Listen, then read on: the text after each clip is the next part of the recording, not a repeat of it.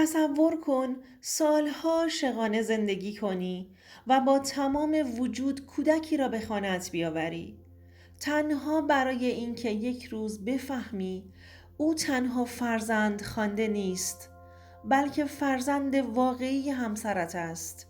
آیا می توانی خیانتی به این عمیقی را ببخشی؟ سلام دوستان، به کانال سایه های خیانت خوش اومدید. اینجا جاییه که داستانهای واقعی و الهام بخش خیانت رو با هم بررسی میکنیم. اگر از محتوامون خوشتون اومد حتما دکمه سابسکرایب رو بزنید و از کانال ما حمایت کنید و به دوستانتون معرفی کنید. زنگوله رو بزنید تا هیچ کدوم از محتواهای جدید رو از دست ندید. همچنین خیلی دوست دارم بدونم شما از کدوم شهر و کشور هستید. لطفاً تو کامنت ها برام بنویسید. بریم با هم این داستان زیبا رو مرور کنیم و از تجربیاتش پند بگیریم. سایه‌ای در میان سالهای عشق. اسمم مهتابه و این داستان زندگی منه. راستش هیچ وقت فکر نمی کردم روزی برسه که زندگی که با عشق و امید شروع کرده بودم به چیزی تبدیل بشه که حالا باید تعریفش کنم. من توی خانواده بزرگ و پرجمعیت به دنیا اومدم. خانواده‌ای که همیشه شلوغ بود. خواهر و برادرهای زیادی داشتم و چون تتقاری بودم گاهی حس می کردم بین اون همه جمعیت گم شدم. تنها پناه من فقط و فقط کتاب هام بودند. دنیایی که توش همه چیز آروم و منطقی بود. با درس خوندن و کتاب خوندن خودم رو سرگرم می کردم. با کتاب آرامش می گرفتم. روزها می گذشتند و منم بزرگ و بزرگتر می شدم. دلم می خواست وقتی مطالعه می کنم یه جای آروم باشه. به پیشنهاد دوستم کتابخونه رو انتخاب کردم. روزها برای مطالعه و درس خوندن به اونجا می رفتم. یه روز که داشتم از کتابخونه برمیگشتم توی خیابون پسری رو دیدم که نگاهش برای چند ثانیه روی من قفل شد. همون روز قلبم تکون خورد و از همون لحظه زندگیم تغییر کرد. اسمش امیر بود. یه پسر جذاب و باوقار که انگار همون لحظه میدونستم قرار داستان ما طولانی بشه. امیر همون ثانیه های اولیه منو جذب خودش کرده بود. ما با هم دوست شدیم و کم کم اون رابطه تبدیل به عشقی بزرگ شد که فکر می کردم هیچ کس و هیچ چیز نمیتونه خرابش کنه. بعد از چند سال که گذشت ما با هم ازدواج کردیم. امیر یه مرد موفق و پولدار بود و صاحب یه شرکت بزرگ شده بود. زندگیمون آروم همراه با عشق بود. ما عاشق هم بودیم و در کنار هم بهترین لحظات رو سپری می کردیم. یه چند سالی از زندگی پر از عشق ما گذشت. همه چیز خیلی خوب بود. فقط یه چیز کم داشتیم. اونم بچه بود که بعد از چند سال تلاش کردن فهمیدم که نمیتونم بچه دار بشم. انگار دنیا رو سرم خراب شد. تمام دکترا رو رفتم و تمام درمانها رو امتحان کردم. اما نشد که نشد. مشکل از من بود. دیگه دچار افسردگی شده بودم. روزها برام سخت میگذشت. دلم میخواست تو خونه صدای بچه باشه. دلم میخواست امیر طعم پدر شدن رو احساس کنه. خودم از حق مادریم گذشته بودم و ناامید شده بودم، اما دلم برای امیر میسوخت. وقتی میدیدم چطور با نگاه خاصی به بچه های مردم نگاه میکنه احساس میکردم دارم به امیر خیانت میکنم. یه روز خیلی جدی با اینکه برام خیلی سخت بود ازش خواستم که ازم جدا بشه و با کسی ازدواج کنه که بتونه براش خانواده‌ای که میخواست رو بسازه. اما اون قبول نکرد. میگفت که عشقش به من فراتر از این حرفاست. چند سال هم به همین شکل گذشت.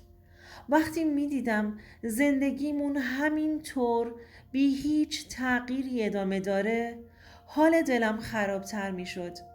تا اینکه امیر یه روز بهم پیشنهاد داد که بچه‌ای رو به فرزندی قبول کنیم. از پیشنهادش شوکه شده بودم. فکر کردم داره شوخی میکنه، اما دیدم خیلی روی حرفش مصمم هستش. اولش خیلی مردد بودم، اما با اصرارهای امیر بالاخره قبول کردم. فردای اون روز تصمیم گرفتیم که یه بچه رو از پرورشگاه بگیریم و بیاریم پیش خودمون. این کار رو هم کردیم. لباس پوشیدیم و به سمت پرورشگاه حرکت کردیم. امیر می گفت حالا که قراره بچه رو بیاریم، یه بچه چند روزه باشه. بزرگتر نباشه تا خودمون بزرگش کنیم و از روند بزرگ شدنش لذت ببریم. منم وقتی می دیدم اونقدر ذوق داره چیزی نگفتم و حرفش رو تایید کردم. وقتی که به پرورشگاه رسیدیم، امیر دنبال بچه ها می گشت. انگار داشت بین گلها گلی رو انتخاب می کرد. هیجانش رو دوست داشتم و فقط بهش نگاه می کردم تا اینکه یه بچه کوچیک گرفت بغلش و سمت من اومد. بهم گفت مهتاب اینو انتخابش کردم، ببین چه نازه، پسرم هست. بچه رو داد بغلم. حس عجیبی داشتم. یه پسر کوچولوی دوست داشتنی که اسمش رو آرش گذاشتیم. تمام کارهای قانونی آرش رو انجام دادیم و با خودمون به خونه آوردیمش. امیر تو مسیر خونه هر چیزی که برای یه بچه 2 ماهه نیاز بود خرید. آرش 2 ماهه بود و شیرخواره. به امیر گفتم بهترین مارک از شیر خشک و وسایل‌های جانبیش رو بگیره. اونم هر چی که خواستم با کمک فروشنده برام خرید. ماشین رو بار زدیم و سمت خونه حرکت کردیم. من به آرش رسیدگی می کردم و بهش شیر می دادم. جاشو عوض می کردم. می خوابوندمش و تو بغلم براش لالایی می خوندم. انگار آرش بچه خودم بود. در این حد بهش وابسته شده بودم. امیر وقتی ما رو می دید چشماش برق می زد و می گفت خوش به حال من که شماها رو دارم. وقتی تو آشپزخونه بودم می دیدم امیر کنار آرش به خواب رفته. از دیدن این لحظه ها لذت می بردم. روزها همینجوری می گذشت و آرش بزرگتر می شد. هر وقت آرش و امیر با هم جایی می رفتند، همه می گفتند چقدر شباهت بینشون هست. امیرم فقط می خندید. خودم به این باور رسیده بودم که آرش خیلی شبیه امیره. اولش خودم رو سرزنش می کردم که چرا همچین فکری کردم، اما هرچی زمان می گذشت شباهتش بیشتر به چشمم می اومد.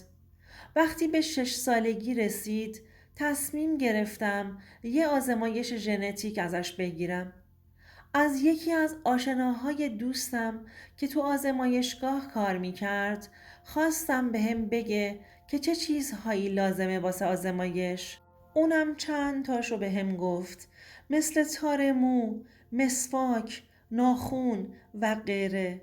یه روز صبح تصمیم گرفتم که مسواک ها و برس موهاشون رو با خودم به آزمایشگاه ببرم تا بتونم نتیجه آزمایش رو متوجه بشم. اون روز که جواب آزمایش رو گرفتم هنوز یادمه. انگار دنیا رو سرم خراب شد. آرش پسر امیر بود. یه جایی تو قلبم نمیخواستم باور کنم. اما مدارک جلوی چشمم بود. دیگه نتونستم طاقت بیارم. وقتی که دیده بودم امیر تو زندگیمون به هم خیانت کرده و آرش حاصل زندگی پنهانی دو نفرشون بوده، تصمیم گرفتم وقتی برگشت برگه ها رو بهش نشون بدم و باهاش روبرو بشم. اولش همه چیز رو انکار کرد، اما وقتی همه شواهد رو گذاشتم جلوش سکوت کرد. سکوتش سنگین‌تر از هر حرفی بود. بعد از اینکه کلی اصرار کردم بالاخره اعتراف کرد که چند سال پیش با زنی رابطه داشته، زنی که هیچ وقت دوستش نداشته. اون زن وقتی باردار شد تهدیدش کرده بود که اگر ازش جدا بشه بچه رو نگه میداره. گفت که نمیخواسته بچهش تو شرایط بدی بزرگ بشه. با این ترفند بچه رو گرفته و دست پرورشگاه سپرده و باهاشون هماهنگ کرده که فرداییش میاد دنبال بچهش. ولی بهشون گفته بود که زنم چیزی متوجه نشه، یعنی من. و اینجوری شد که بچه رو به خونه آورد بدون اینکه من چیزی بفهمم. همونجا حس کردم زندگیم نابود شده. اون مردی که فکر می کردم عاشقتر از هر کسیه تمام این سالها به من خیانت کرده بود و بچه‌ای که مثل نور زندگیم شده بود نمادی از دروغ‌هایی بود که زندگیمون رو پر کرده بود. نمیدونستم چه تصمیمی باید بگیرم. اینو فهمیده بودم که هیچ چیز تو این دنیا به اندازه حقیقت اهمیت نداره. بعد از اون روز زندگی تو خونه ما دیگه مثل قبل نشد. هر بار که به امیر نگاه می کردم اون تصویر مرد مهربونی که سالها بهش اعتماد داشتم توی ذهنم فرو می ریخت. احساس می کردم مرد غریبه‌ای کنارم نشسته که دیگه نمیشناسمش. اما چیزی که برام سخت‌تر بود نگاه های آرش بود. چشم های معصومش که هیچ چیز از این داستان نمیدونست. مثل خنجری بود که هر روز توی قلبم فرو میرفت. امیر هر روز مدام ازم میخواست که گذشته رو فراموش کنم. میگفت اون زنی که باهاش بوده براش اصلاً هیچ ارزشی نداشته و هیچ چیزی نبوده و فقط یک اشتباه بوده. اما چطور میتونستم فراموشش کنم؟ تمام اون سالهایی که فکر میکردم عشق واقعی رو دارم تجربه میکنم دروغ بوده. یه شب وقتی که همه خواب بودند به اتاق آرش رفتم. موهاش رو نوازش میکردم و اشک میریختم. میدونستم که اون هیچ گناهی نداره. مقصر پدرش بود. مردی که تصمیم گرفته بود زندگی من رو فدای پنهانکاری خودش کنه.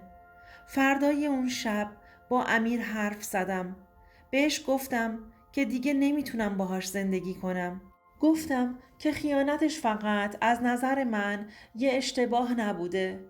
یه خیانت بزرگتر بوده که همه عمرم رو تحت تاثیر خودش قرار داده. اولش باور نکرد که دارم جدی میگم. اما وقتی دید تصمیمم قطعی هستش شروع کرد به التماس کردن.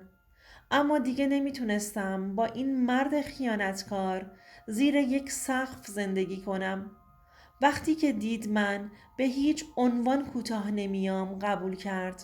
بالاخره طلاق گرفتیم و اون تصمیم سخت ترین تصمیم زندگیم بود. اما میدونستم که بدون اعتماد کردن زندگی مشترک هیچ معنایی نداره. این پایان همه چیز زندگیم نبود، چون آرش رو نمیتونستم رها کنم. دادگاه حضانت رو به امیر داد، اما من همیشه برای آرش وقت میذاشتم. نمیتونستم بچه‌ای رو که باهاش یه ارتباط عمیق درست کرده بودم رو از خودم جدا کنم. آرش هیچ وقت نفهمید که چرا پدر و مادرش از هم جدا شدند. بهش گفتم که گاهی عشق بین آدم‌ها تغییر میکنه، اما همیشه دوستش دارم. الان چند ساله که گذشته. زندگی خودم رو دوباره ساختم. شاید سخت بود. شاید سالها طول کشید تا زخمهای دلم ترمیم بشه. اما یه چیز رو یاد گرفتم. هیچ وقت، هیچ کس، هیچ چیزی ارزش از دست دادن خودت رو نداره. هر بار که به گذشته نگاه می کنم برای آرش دعا می کنم که وقتی بزرگ شد بتونه راه درست رو انتخاب کنه و برای خودم دعا می کنم که دیگه هیچ وقت عشق رو فدای دروغ نکنم. دوستان عزیزم، امیدوارم از این داستان لذت برده باشید. اگر نظرات یا تجربیات خودتون رو دارید، حتما در بخش کامنت ها با ما به اشتراک بگذارید و یادتون نره که کانال ما رو سابسکرایب کنید و زنگوله رو بزنید تا به محتوای بیشتری دسترسی داشته باشید و این داستان زیبا رو برای دوستانتون بفرستید. تا ویدئوی بعدی مراقب خودتون باشید.